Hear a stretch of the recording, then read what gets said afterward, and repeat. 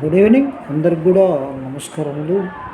హైదరాబాద్ జంట నగరాల్లో నివసించేటువంటి వ్యక్తులకు కొంతమంది ముఠా ఏర్పడి మోసాలు ఎలా చేస్తున్నారనే దాని మీద ఇటీవల వెలుగు చూసింది. గత 10 సంవత్సరాల నుంచి ఆ విధంగా జరుగుతున్నాయి, కానీ ఎక్కువగా ఇవన్నీ కూడా బయటపడడం లేదు.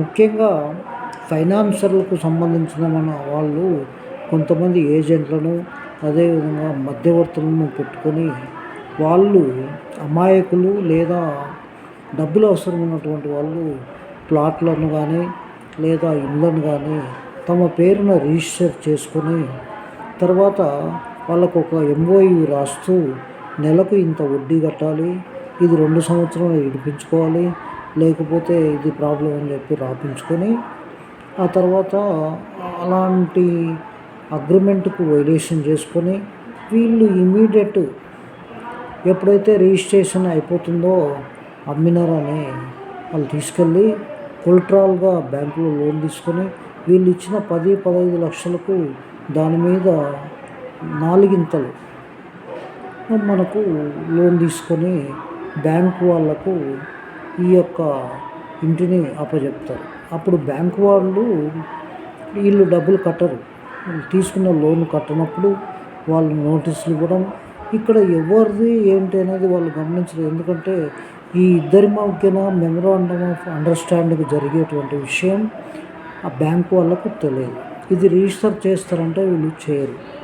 ఇది ఒక వైట్ కాలర్ మోసం. ఇటీవల మన దృష్టిలో గతంలో వచ్చినాయి. ఒకటి ఇప్పటివరకు మనం పూర్తి స్థాయిలో ఈ సివిల్, క్రిమినల్ అన్ని కేసులు వేసినప్పటికీ కూడా ఇప్పటి వరకు రికవరీ కాలేదు. దానికి రికవరీ కాకుండా ఉండడానికి వాళ్ళు ఫ్రీ ప్లాన్ తోటే ఈ పని చేస్తూ ఉంటారు. ఎన్ని రకాలైనటువంటి ఇబ్బందులు పేద ప్రజలు లేదా మధ్యతరగతి వాళ్లకు ఈ ఇంటి కళ అనేటువంటి ఇల్లుని ఇటీవల ఇంటిని రిజిస్టర్ చేసుకొని లోన్ ఇచ్చి మోసం చేస్తున్నారు. ఇటీవల మనకు హైత్ నగర్లో ఒక అపార్ట్మెంట్లో ఇదే పద్ధతిలో చేశారు. దీన్ని పోలీసుల దృష్టికి తీసుకెళ్ళాం. అది వాళ్ళ ఎంక్వైరీలో ఈ మధ్యవర్తులను, అదేవిధంగా ఈ యొక్క ఒక 12 లక్షల రూపాయలు ఇచ్చేసి వాళ్ళు 97 లక్షలను లోన్ తీసుకోవడం జరిగింది. ఈ యొక్క బ్యాంకు వాళ్ళు, బ్యాంక్ ఆఫ్ బరోడా సికింద్రాబాద్ వాళ్ళు నోటీసులు ఇచ్చారు, పేపర్లో ప్రకటించారు, పొజిషన్ నోటీస్. అయినప్పటికీ వీళ్ళకు తెలియదు. ఇప్పుడు జస్ట్ 4-5 రోజుల క్రితం ఈ యొక్క ఫ్లాట్కి వచ్చేసి నోటీస్ అతికించి వెళ్ళారు. ఆ అతికించినటువంటి నోటీసును పొజిషన్ నోటీస్ దాన్ని నన్ను పిలిచి చూపించారు. అప్పుడు చూసిన తర్వాత మేము ఇమీడియట్ ఇది గతం నుంచి జరిగేటిది కాబట్టి మనకు తెలుసు కాబట్టి మనం ఏం చేసామంటే ఇమీడియట్గా దానికి సంబంధించినటువంటి పేపర్లు సబ్ రిజిస్ట్రార్ వెళ్ళి ఒక ఈసీ తీసుకొని మనం ఎప్పుడు వాళ్ళకు రిజిస్ట్రేషన్ చేసాం, అదేవిధంగా పొజిషన్ నోటీస్ ఎప్పుడు వచ్చింది, ఈ రెండును కూడా తీసుకొని దీన్ని ఒక కంప్లైంట్ రాసి మనము పోలీస్ స్టేషన్లో హైత్ నగర్లో ఎస్హెచ్ఓ గారిని కలిసి ఇది వైట్ కాలర్ మోసం చేశారు అనేటువంటి అంశాన్ని కూడా ఆయనకు దృష్టికి తీసుకెళ్ళి సంతకం పెట్టడం. ఆయన క్వశ్చన్ ఏంటంటే ఈ విధంగా ఎవరు చేస్తారు, ఇది కరెక్ట్ కాదు కదా అని కూడా చాలామంది వ్యక్తం చేశారు. నేను కూడా అదే వ్యక్తం చేసినాను.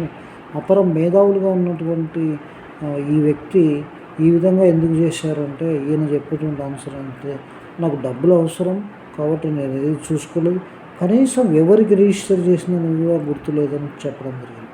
దీని అంతటినీ గమనించుకుంటే మాయలోళ్ళు, అదేవిధంగా సిటీలో ఇప్పుడు రకరకాలైనటువంటి పనులు ఈ విధంగా వైట్ కలర్ చేస్తున్నారు. ఇప్పుడు ఆ వ్యక్తి చాలామందికి చేసినట్లు ఆయన పోయి బెంగళూరులో ఉన్నట్టు ఇక్కడ మీడియేటర్ చెప్పేది ఏంటంటే నాకు ఏ సంబంధం లేదు, ఆయనకు స్ట్రాంగ్ మెసేజ్ పెట్టు నీకు వెనక్కి వస్తుందని చెప్తాడు. ఇదంతా ఒక ఫ్రీ ప్లాన్ తోటి చేసినటువంటి వైట్ కలర్ మోసంగా మనం భావిస్తూ సిటీలో ఉన్నటువంటి వాళ్ళు కొంతమంది అయినా సరే దీన్ని ఇలాంటి వాళ్ళ మాయలో పడకూడదు.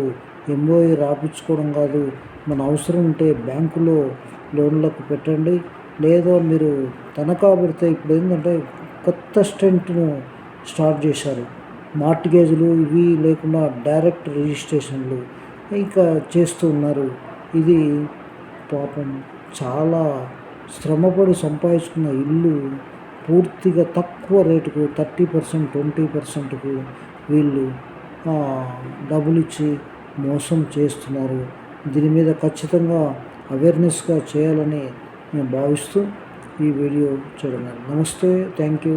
నా పేరు Y Chandrakishore Reddy. Thank you. ఇలాంటి బారిన ఎవరైనా పడి ఉంటే మా నెంబర్కు కాల్ చేస్తే వాళ్ళను ఒక సిస్టమేటిక్గా మనం పట్టుకోవడానికి ప్లాన్ చేద్దాం.